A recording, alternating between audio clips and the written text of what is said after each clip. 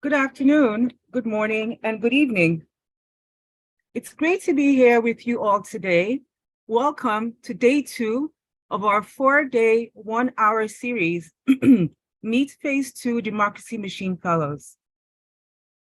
Today's conversation titled Future Tech, Solidarity, Decolonization, Rethinking History and Care will be moderated by esteemed guest Sruti, joined by a part of the current cohort of the Democracy Machine, Sai, Nushin, and Peter.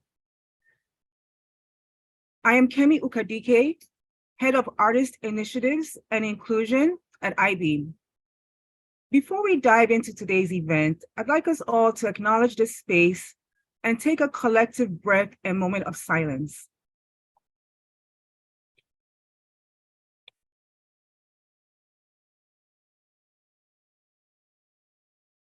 Thank you. I would also like to describe myself to our low vision to non-vision users. Please drop a greeting in the chat with your name, your pronouns, where you're meeting us from, as well as your land acknowledgement. I am a dark-skinned African woman with shoulder-length hair, blonde curly hair. I'm wearing large oval clear rimmed glasses and an off-white sweater. My background is blurred. I am seated on the land of the Muncie Lenape people in Fort Greene, Brooklyn. My pronouns are she, her, and hers. And now for an access check and to orient you within our virtual room. Several IBEAM team members are here supporting today's event. Please feel free to reach out in the chat should you need anything or have any technical difficulties.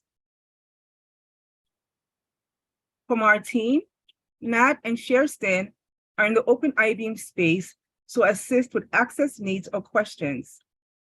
Please feel free to reach out in the chat box should you need anything or have any technical difficulties getting connected.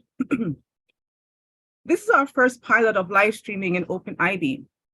Because this is the first time you're using Open IBEAM to host an event, we welcome suggestions for a smoother experience in the feedback room or on the platform. Today's gathering is being captioned by Bonnie, who will provide remote real-time captioning. We will also have ASL provided by Vern and Elise. They are all from SciNexus. On that note, I want to remind everyone speaking today, including myself, please do not rush and remember to take a breath. This greatly helps our captioner and interpreters. We are also recording this event for archival purposes. To commence the events, I would like to provide some context for Democracy Machine and Open IBEAM. Launched in 2021, Democracy Machine is a multi-year experiment that hands over the reins of IBEAM's residency program to artist cohorts. We gratefully acknowledge the support of the Andrew Mellon Foundation, Ford Foundation, Henry Luce Foundation, Jerome Foundation, Craig Newmark Philanthropic Fund, Atlantic Foundation, and New York City Department of Cultural Affairs to support our radical redesign of IBEAM's flagship residency program.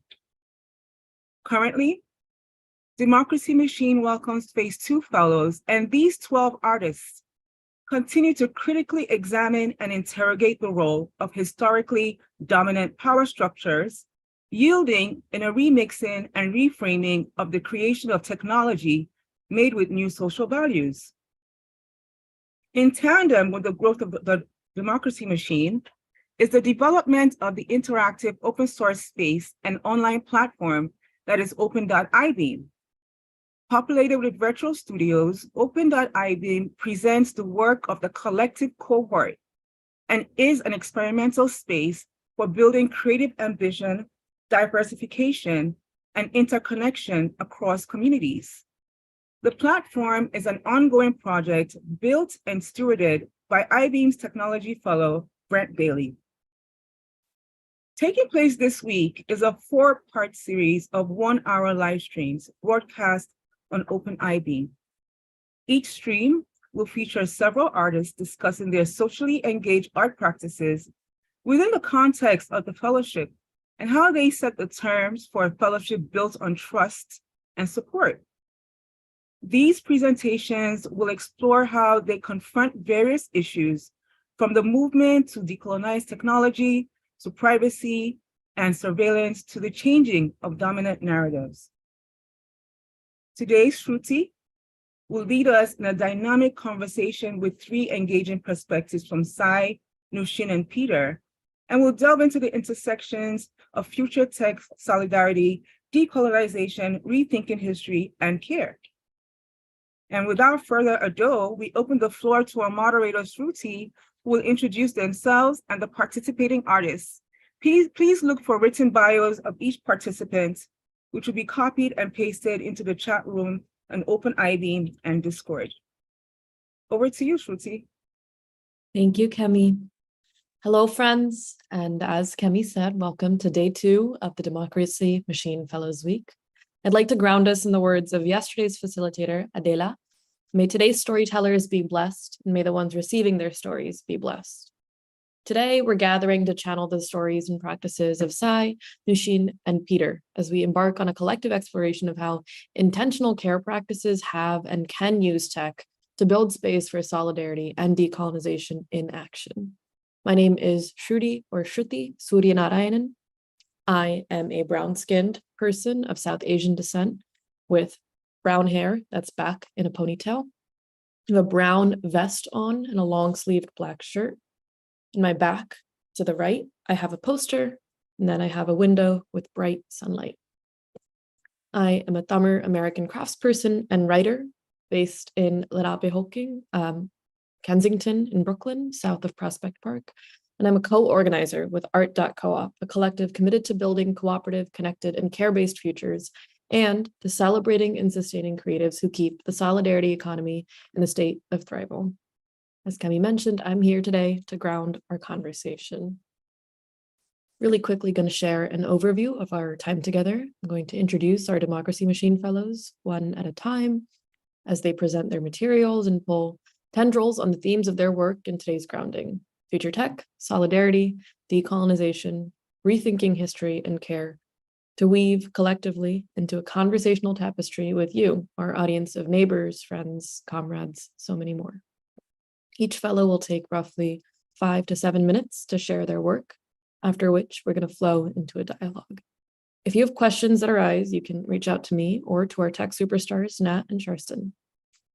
Without further ado, I'm going to kick things over to Sai, a queer, agender love influencer, earth tender, and cyber witch, holding hands with past, present, and future as we traverse through portals that break capitalistic enclosures.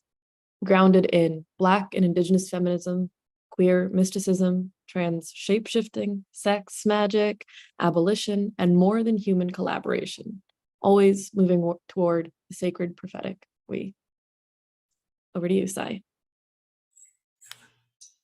Hello, everyone. My name is Sai X. I use they, them pronouns.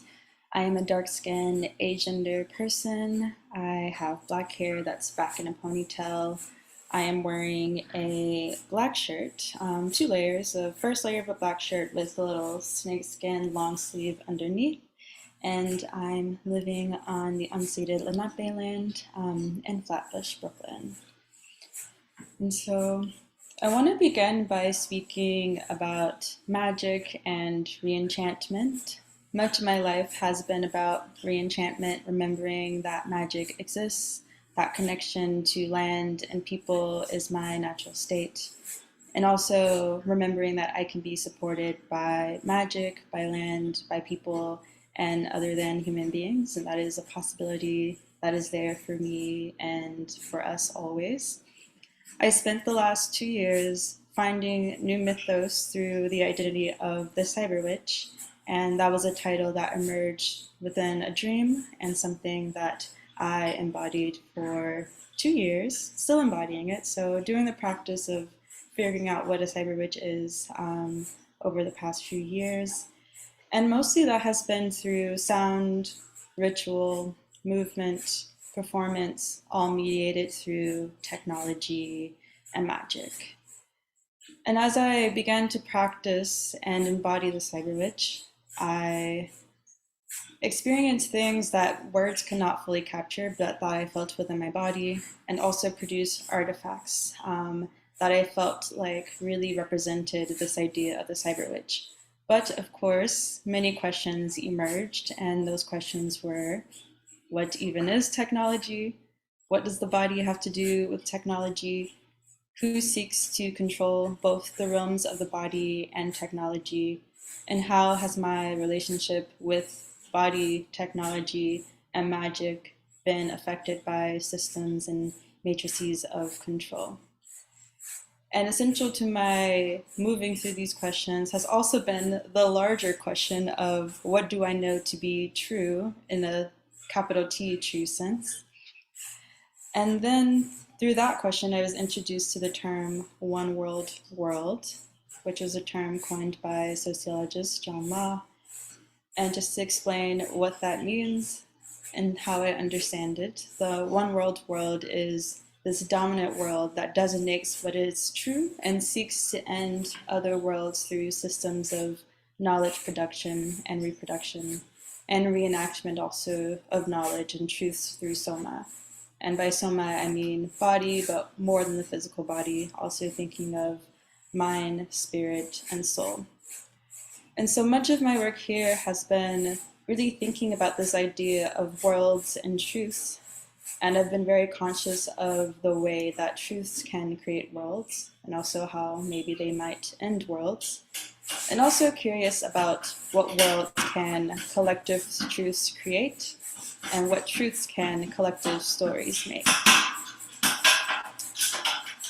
Around this time last year, I'm just going to pause. Can you all hear the background noise? I'm in a very old Brooklyn apartment that, of course, is deciding to steal the show. I'm wondering if I should try to move really quickly. Okay.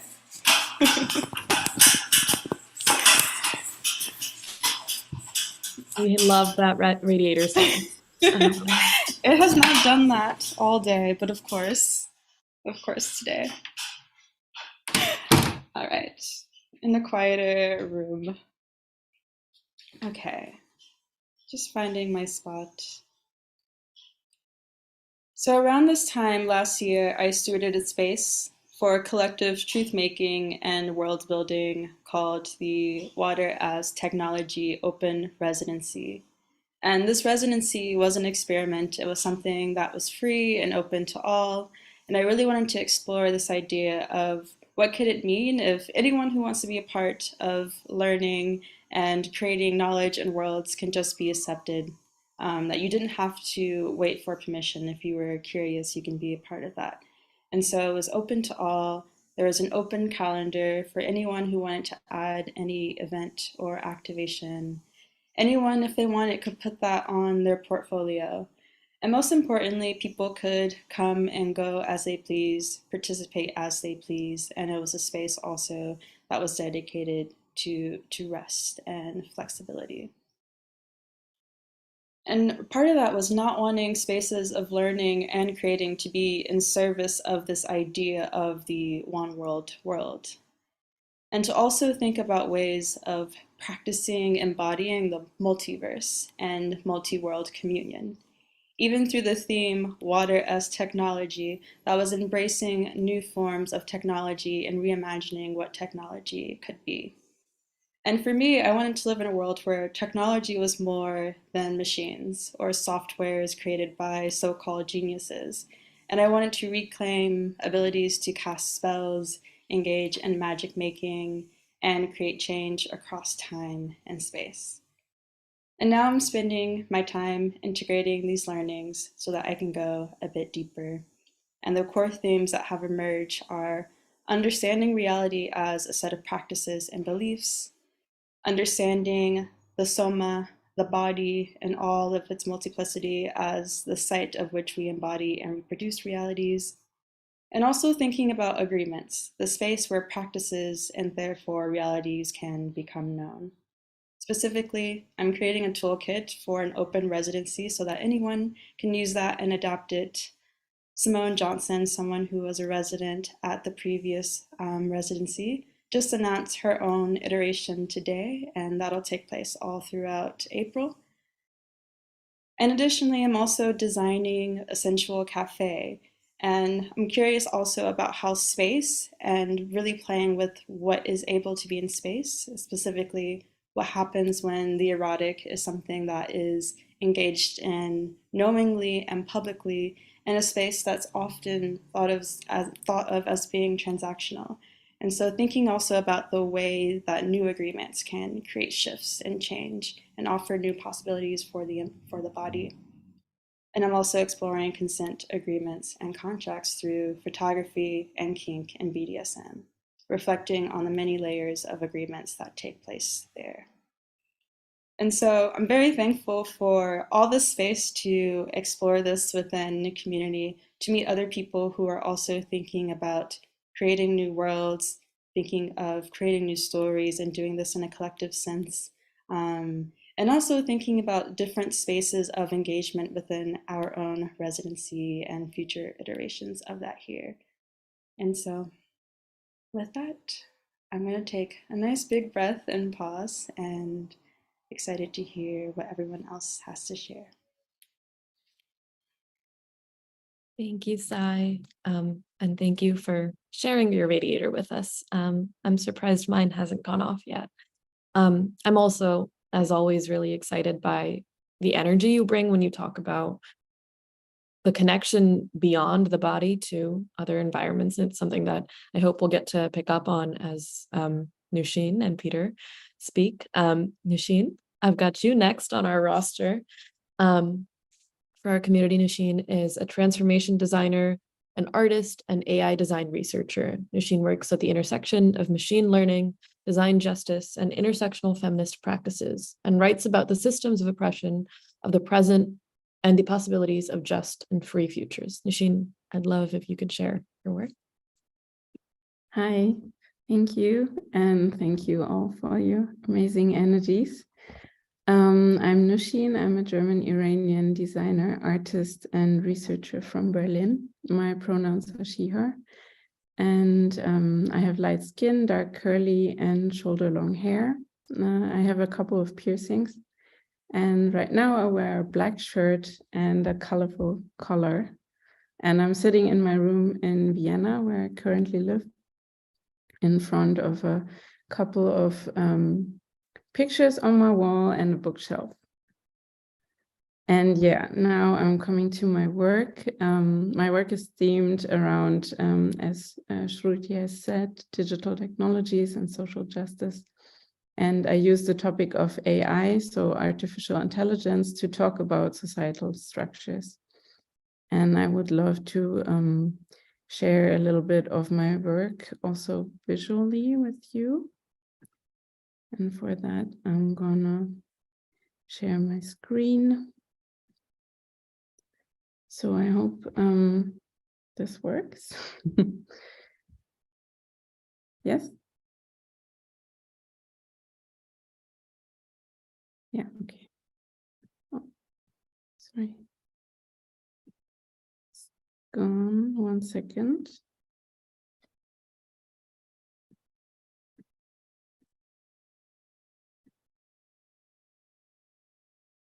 Now it should work. No? Yeah, okay, great, thank you. So we have 4 images on the slide. It's 4 projects, which I'll describe in the next few minutes also visually. So I could kind of cluster my work into 2 categories. One would be discussing societal structures, so kind of showing what is. And the second is envisioning and dreaming about alternative presents and futures. And I would like to present very briefly 2 projects each. And for the next one, a trigger warning, it's the project is trying to visualize what algorithmic systems in the jurisdictional sector due to especially marginalized people. So yeah, if that might be triggering, so you can maybe pause for a minute. Yeah, so what you see here in this project is called Machine Bias. It's a bit older, is a collage of AI-generated images. And these images are generated out of mugshots from US American people. For this project, I trained a GAN, that's a deep learning neural network, a generative adversarial network with mugshots to create a visual depiction of how structural racism is reproduced by those systems, by algorithmic decision-making systems. And yeah, and as you might see on the images, there's a disproportionate number of Black people reflected in the generated images. This is because there is a very disproportionate number of Black people in the US in prisons.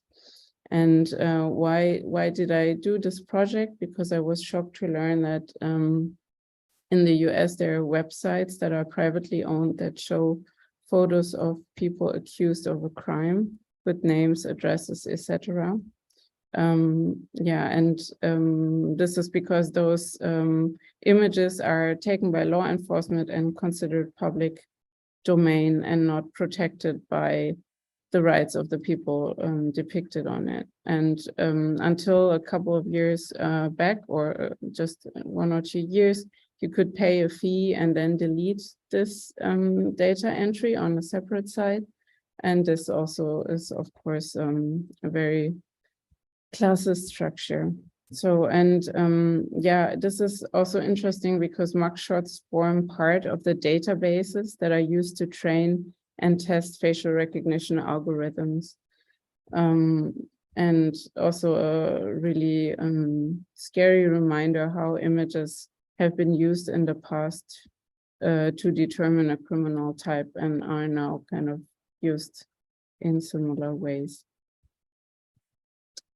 The next project is how machines discriminate, and the slide shows a couple of colorful illustrations and a video with scenes from the video.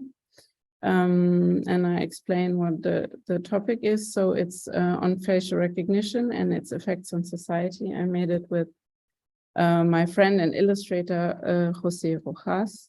And the idea behind it was to create some German language material on this topic for schools, because there was hardly anything at the time that was also looking at structures of oppression and naming them.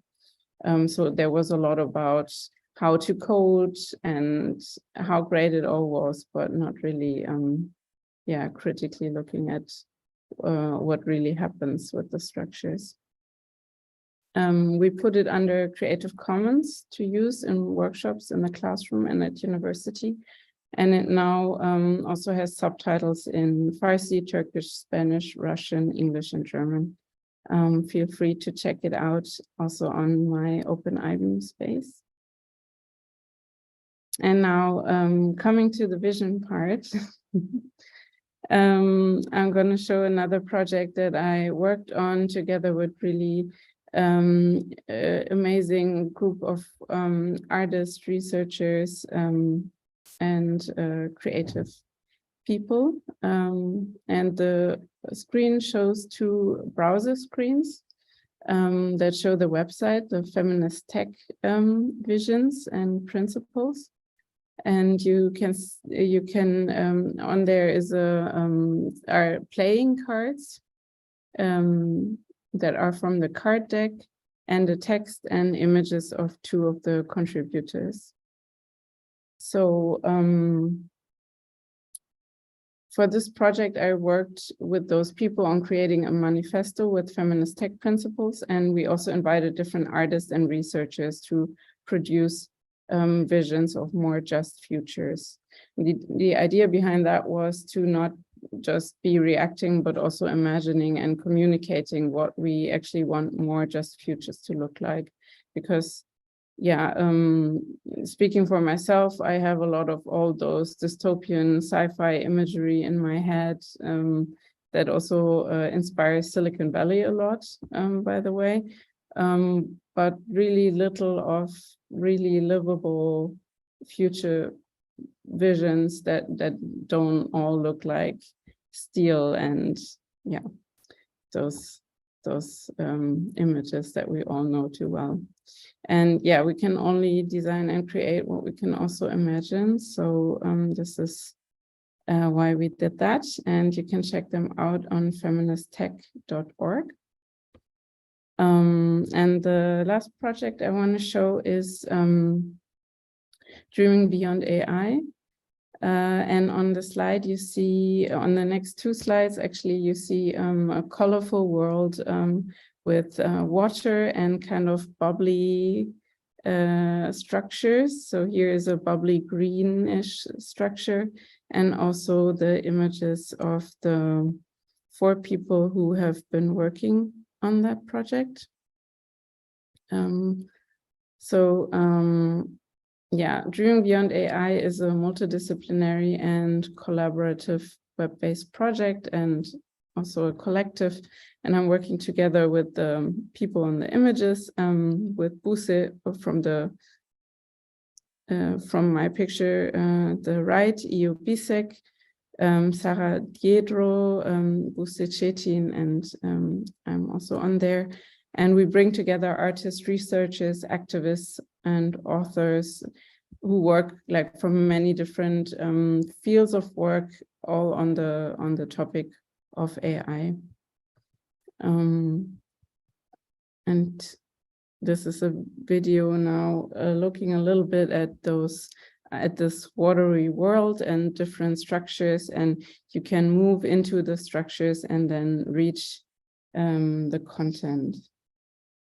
And if you move into them, then you are in those kind of watery structures, and it's hard to describe what it looks like. Actually, it's kind of like being in a snake skin world in blue and pink, and there are pink marbles. And if you click on them, then you can read and watch and listen to different kinds of content. And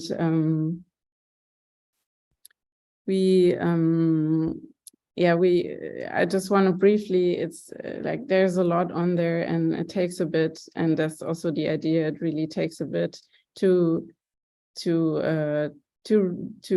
get into the topic and to take it all up. But just really briefly, one thing that I myself did together with Ulla Heinrich, we created a carrier bag. We call it. It's inspired by Ursula Le Guin. It's a specific format that basically works like a gift box that you can give to a friend because you're really excited about a specific topic. And then you create this kind of carrier bag that shows a collection of broad links around a specific topic. And Ulla and I worked on the topic of what does our feminist future look like. It's also in English. And of course, we don't have the one answer to the question, but we collected some of our inspirations for that. So under this carrier bag, you find music, books, art projects, really inspiring works. And we always explain why we like this specific one. And for the last slide, this is it shows a green and blue sky with some shiny ribbons in red and yellow that loop around. And this is a sneak peek into the residency that we're gonna launch. So tomorrow we're gonna launch the call for application for an artistic residency on the topic of time and AI. The idea behind is that AI reinforces temporal norms in which time is not evenly distributed. So some seemingly gain a lot of time by using new AI tools, and others have to label data for $2 an hour. And we are also thinking of like looking back at the first project that I showed you, the feedback loops of predictive systems that keep marginalized people in a circle of surveillance and risk. So this is what this residency is going to be about, and we're looking for 5 artists in residence who want to work on that topic. And it will be in person in Germany, in Hamburg, as well as digitally.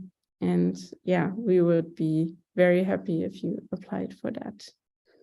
And I'm gonna show links or post links in the chat for the application.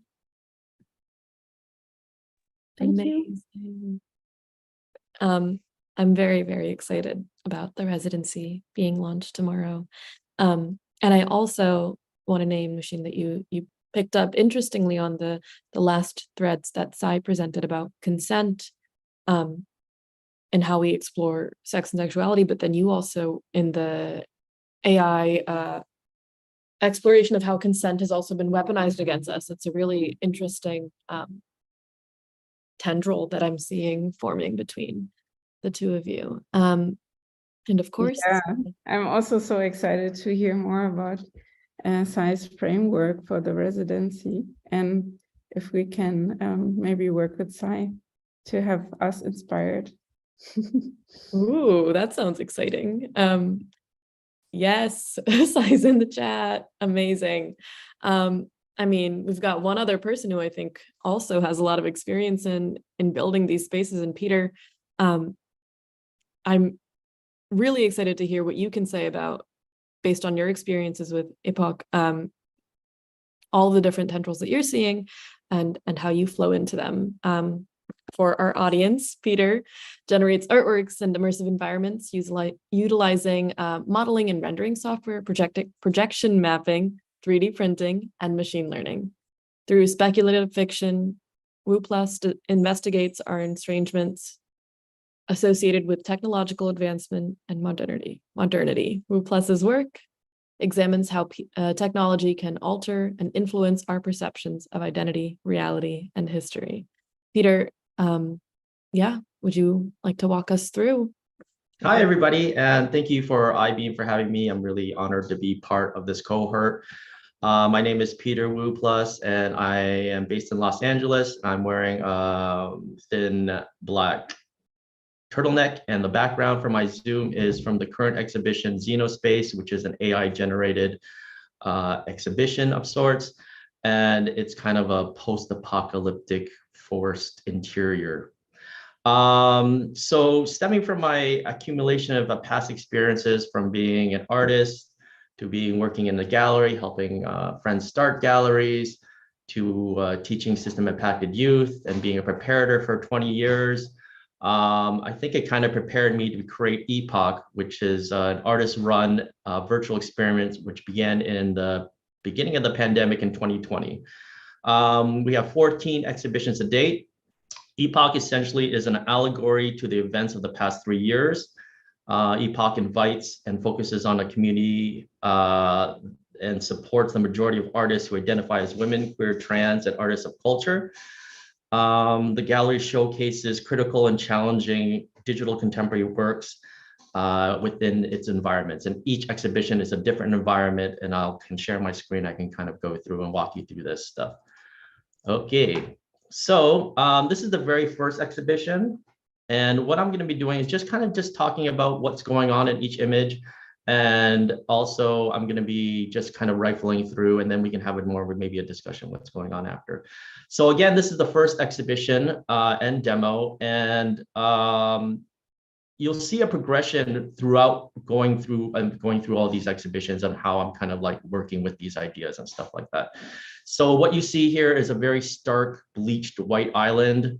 You can see the city in the background, and it's kind of just really essentially capturing that feeling that we had when we were isolated during the quarantine and feeling alone, and these kind of like these gallery structures and institutions kind of collapsing in front of us. And this is essentially a metaphor for that kind of feeling.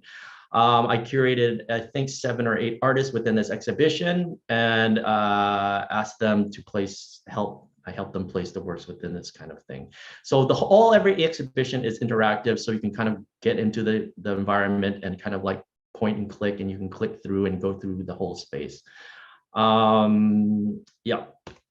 So, oops. There we go. Okay, so this is, I'm not going to go through every exhibition. I'm going to focus on exhibitions where I think like where Epoch has been in the last 2 years, which really is kind of lifting from late stage capitalistic structures or architecture and placing them back into the virtual environment to kind of a critical tether to what is going on physically to virtually and back and forth. So this is an image of the Lachlan Amundsen building, which was demolished in 2020, and it was quite controversial in Los Angeles. And what essentially you can see in this image is that it's kind of like over where there's water coming through, and it's kind of post-apocalyptic-y, and there's artworks that are kind of strewn through the whole building, and you can kind of traverse through the whole building. Essentially, this work is kind of talking about the fragility of the institution, and 90% of the artists were from Los Angeles based, and we're all Latinx. So I'm also talking about the idea of representation within this exhibition. This next image here is from the actual demolished Amundsen building. So it's a photo of the work being, the building being demolished. So I'm kind of looking from photos from Google and stuff like that, and kind of reproducing these images or these architectures in 3D modeling software, and then sitting all the works inside of these spaces. This is a work from Catano Ferreira, which is in the Phantom Limb show, which is what the title is. And this work is, hold on a second, baby.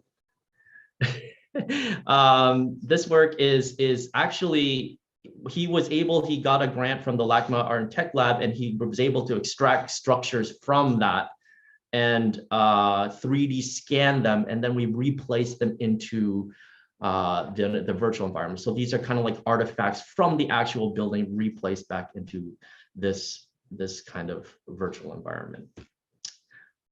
This is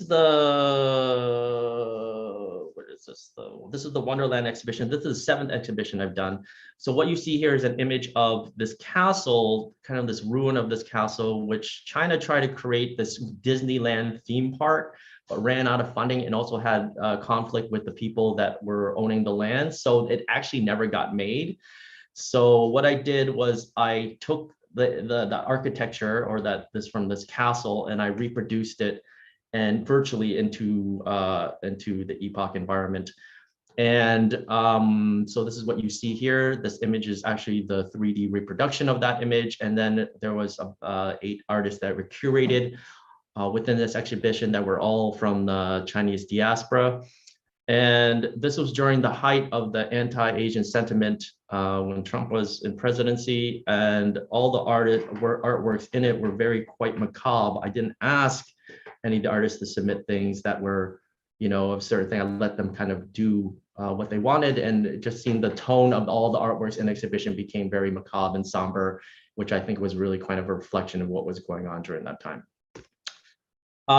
This is the 8th exhibition, Freeport. So this exhibition came about because there was the whole boom with the NFTs in the February of 2021, and all the artists were coming to me and kind of saying, well, I was poised to do this, and I had to kind of think of how to do and approach NFTs differently. So I was thinking, what did I have that marketplaces don't have and stuff like that? And most of the time I had obviously context in spades. So this image is a 3D rendering of the Luxembourg Freeport, and I found the elevations and the blueprints online, and I recreated the actual Luxembourg Freeport. And it's kind of a subversive commentary on the relationship between free ports, which are these tax-free zones for the very wealthy to hide their art and their valuables. And also there are kind of zones where you can kind of get away with tax evasion, which maybe in a certain way, NFTs, you can do that as well. So, but instead also talking about that subversiveness, I'm also introducing this equitable smart contract which splits all the proceeds between all the artists. So the whole exhibition is sold as one artwork, and all the artists get a certain, well, 70% split between all of them. And so it introduces kind of this equitable kind of way of approaching things that in a certain way, I'm trying to also talk about how the actual artwork or world functions and how equability isn't really placed in that. So this is the inside of the actual Luxembourg Freeport. And this is kind of a really cool architectural space, but it's not really open to the public. And I'm also talking about this kind of idea of trying to make this accessible virtually. So this is the virtual reproduction of it in 3D modeling. And you can see Alice Bucknell's alligator in the background here.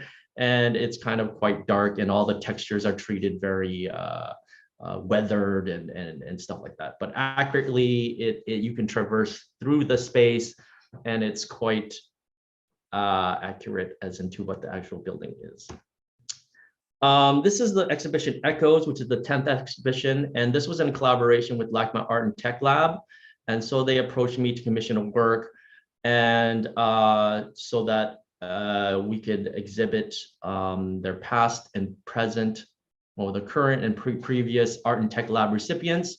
So what I did here is I modeled all of Wilshire Boulevard in Los Angeles from the Academy Museum all the way to the tar pit. So if you've ever been around the LACMA campus, you can actually go to the LACMA campus and hold this on your phone, this exhibition, and you can see that how much it kind of matches up to the virtual, to the real. Like even the parking meters that are skewed in the virtual environment are skewed in the real world. And all the works in this are public works, as to say. So they're not inside the buildings. They are all along the streets.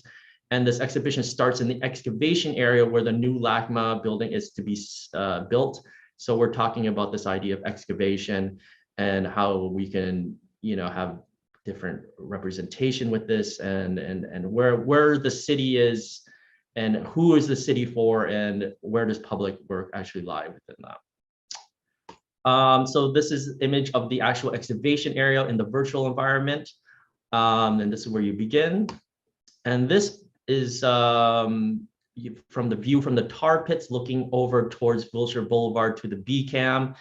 And this, you can see in the distance here, this big looming structure, which is by Ralph Sapertello, which is a duo that works with speculative architecture. And they created this kind of this huge building kind of situation where it has all these kinds of pods attached. And they were kind of addressing the idea of homelessness in Los Angeles. And I find it quite poetic in a certain way, because it's this kind of specter that's looming over Los Angeles, and it's something that we can't really grapple with, but they made it physical-ish virtually in this environment. This exhibition is called Unprotected, and this is the 12th exhibition. And during the Roe versus Wade turnover, I was talking to a few artists, and I thought there was an opportunity to kind of create an exhibition as a protest. And I asked several artists, especially Nancy Baker Cahill, where do you want the exhibition to be? And then she automatically said the SCOTUS building. So we remodeled the SCOTUS building and placed work within the grounds of the SCOTUS building, and within, so you can walk inside the SCOTUS building as well. And what you're seeing here is a 3D reproduction of the SCOTUS building with the works installed. This is an image of the actual SCOTUS building, well, not the actual, the virtual SCOTUS building steps. And this work is by Operator, who is a duo from the UK.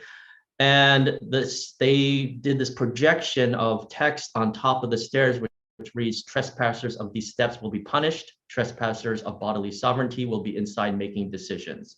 So this really captures in a certain way what the feeling of this entire exhibition is, and how we can activate virtual spaces as spaces of protest. And 25% of all of the proceeds went from the sale of the work to reproductive justice organizations.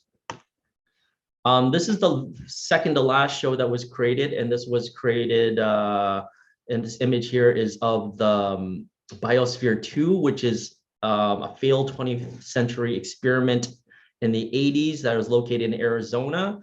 And this is a recreation of the actual Biosphere 2. There's a great Hulu documentary of it where people went into the biosphere, but all the systems failed essentially, and some of them went insane, and then they had to shut down the project. You can still visit this in real life.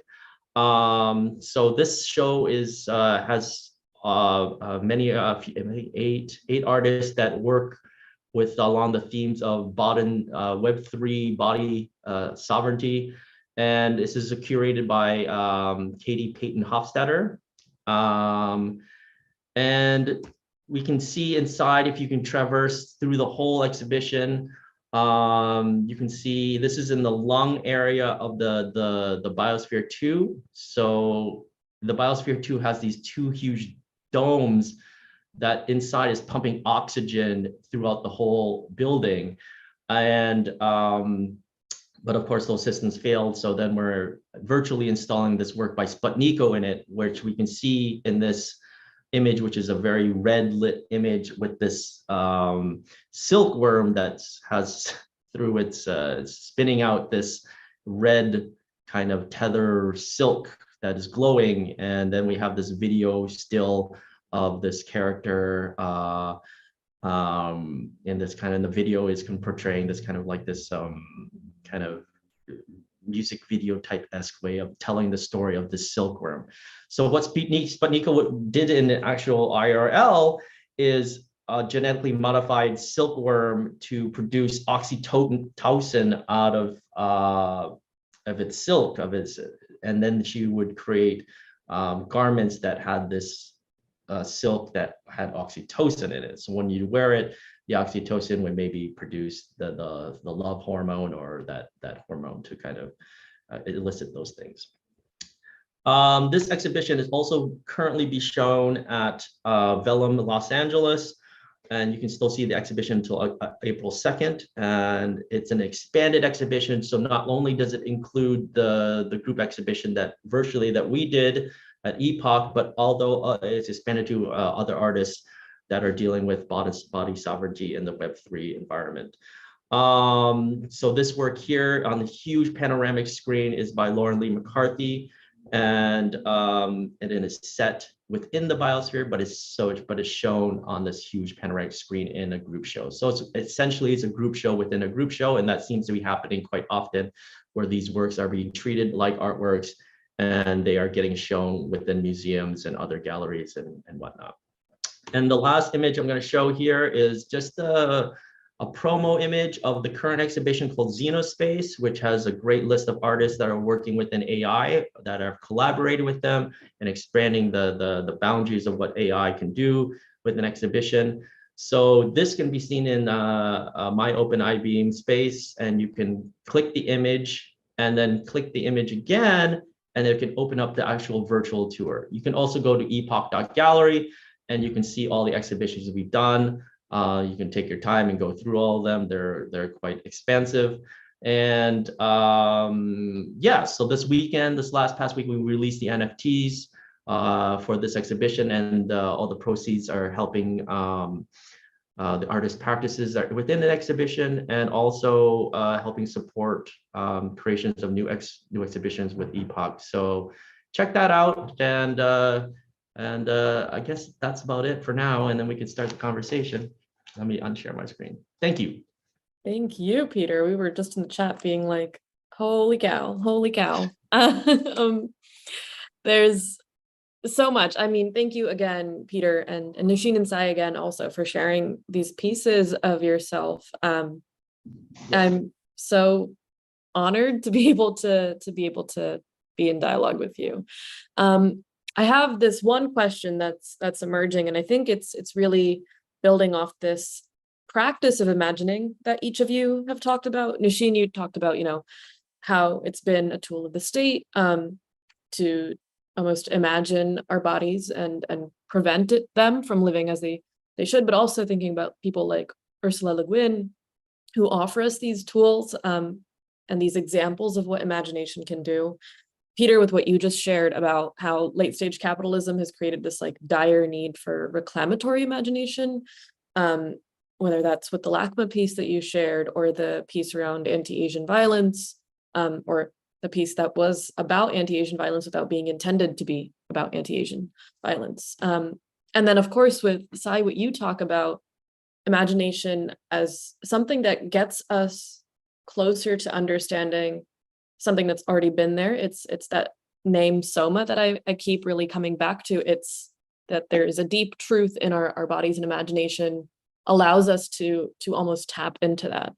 What I'm curious to hear from each of you today is, what would you like to call to imagine today, to offer the people who are watching and gathering with us, to breathe into this space that could seed a life and a world built by, with, and for us, and facilitated through the work that you're doing at I-Beam and beyond? Maybe we can go in the orders of Sai, Nushin, and Peter again. Is that cool? Amazing. Yes, happy to respond to that first. The immediate thing that came to mind, I think, was just reclaiming what is already present. I feel like you summed that up so clearly with like the type of imagination that I'm trying to at least like tap back into and also offer to other people and remind them of, is we are all, if we are already in the practice of embodying different realities, then there are many ways that we can like stretch that and complicate that and make that magical and do many juicy, gooey things with that. And so I think for me, that has looked like remembering how many ways I have already engaged in magic and magic making, even if I did not have that language, even if it wasn't recognized, even if I didn't really understand it at the time, and knowing that I can still reclaim that and make it something that is intentional. And so that could look like naming yourself. That could look like forming these really nice relationships and bonds that are intentional and full of agreements that embody love. That could look like really thinking about the types of spaces that we want to be in and forming those agreements to create that space. Naming the desires, even if you can't even get to the agreement part yet, but tapping into the desire, and remembering that the desire can sort of be that thread, that compass that can lead you into what it is that you want to see and the ways that you want to be. And so I think remembering that like desire is present, that our ability to create is present, and that's something that we always have in various forms, and we can continue to like grow and shift that within community. Thank you. That was beautiful. I could listen to you for hours. I don't know, the first thing that came to my mind, looking back at my day today, it's already very late here in Vienna, is when you're stressed and like everything's shit, you need to go faster, then take the opposite and go slower and to really take time.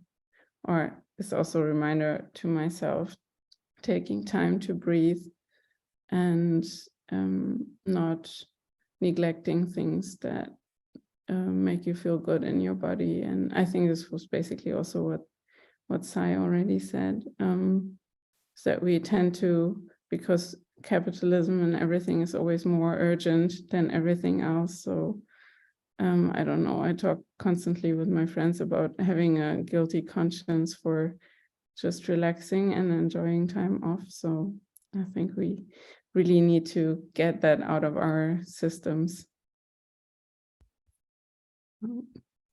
I guess for me, sorry, the question was, because I was reading the chats while you're stating the questions, but so the general gist is, sorry.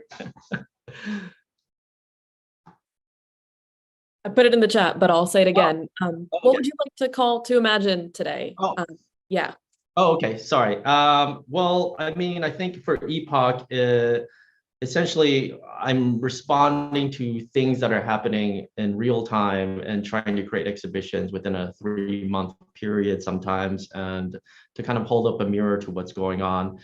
And each one I'm trying to, in a certain way, inception people to kind of think of a different way, to accept people for who they are, and using speculative fiction to kind of help imagine what kind of these kinds of alternate scenarios could be, and bringing light to what maybe is happening, and kind of slowing it down. If we're talking about the idea of breath, slowing it down so that you can kind of take in and kind of experience the spaces and the artist's work, and kind of reflect on what is going on. I think the speed of what we're going at with the technology that we're using is quite overwhelming. So we don't have the time to really kind of reflect on the ramifications of what could happen, because these things are happening so quickly, especially with AI and all these other kind of technologies, that it's really kind of hard to sit back and look at what could happen. So I think that's this idea of taking a breath. That's what I think I'm in a certain way trying to think about. And even it's weird trying to take a breath within something that moves so quickly. So there's two things that are kind of happening at the same time. But yeah, so that's about what I'm saying.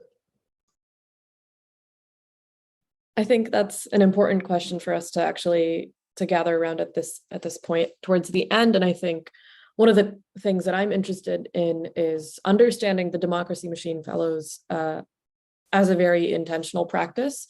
And so I'm curious to hear the three of you, after you've heard the presentations today, after spending time with each other, what do you see as the role of spaces like I-Beam and the participation of yourselves as artists in situations and environments like I-Beam in facilitating like the strengthening of a culture of care, but also strengthening a culture of solidarity and resistance too? Is that question good? Can put it? Yeah. Yeah. All right. I mean, I can just start off with that. I mean, I-Beam and certainly has it, especially and we're all included in this, so they're supporting our practices and our goals without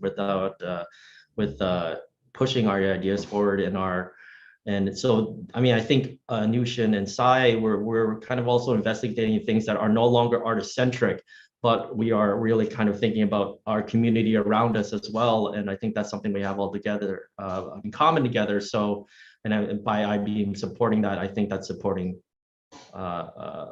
multiple communities, and it's spreading out further than just supporting one specific artist.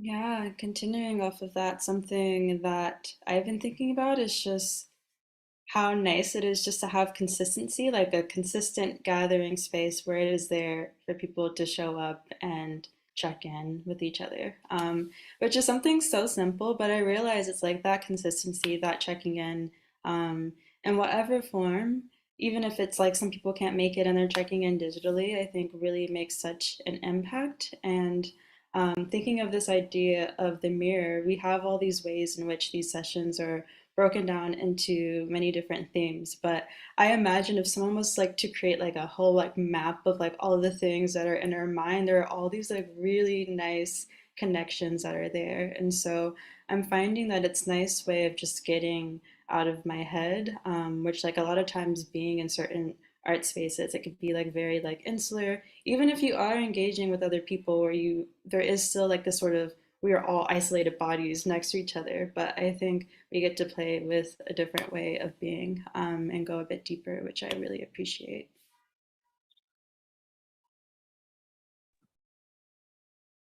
Yeah, I think I totally second what you both said, and I think it's just such a nice, and actually it's incredible to have a space where we can exchange and learn from each other. And I think we discussed a lot around we were so confused of not having like a concrete outcome that we had to produce, and does this even exist? And yeah, so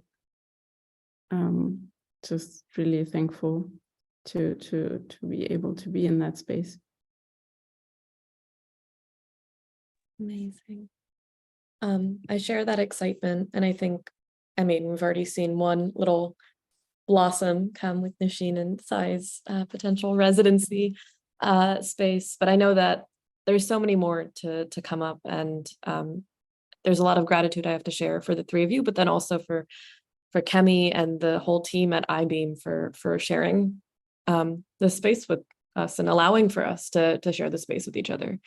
I'm going to wrap us up and say thank you to our ASL interpreter, Elise and Vern, and our live captioner, Bonnie, from Sign Nexus, to our artists, Sai, Peter, Nushin, to the inimitable Kemi, a star, and to our tech wizards.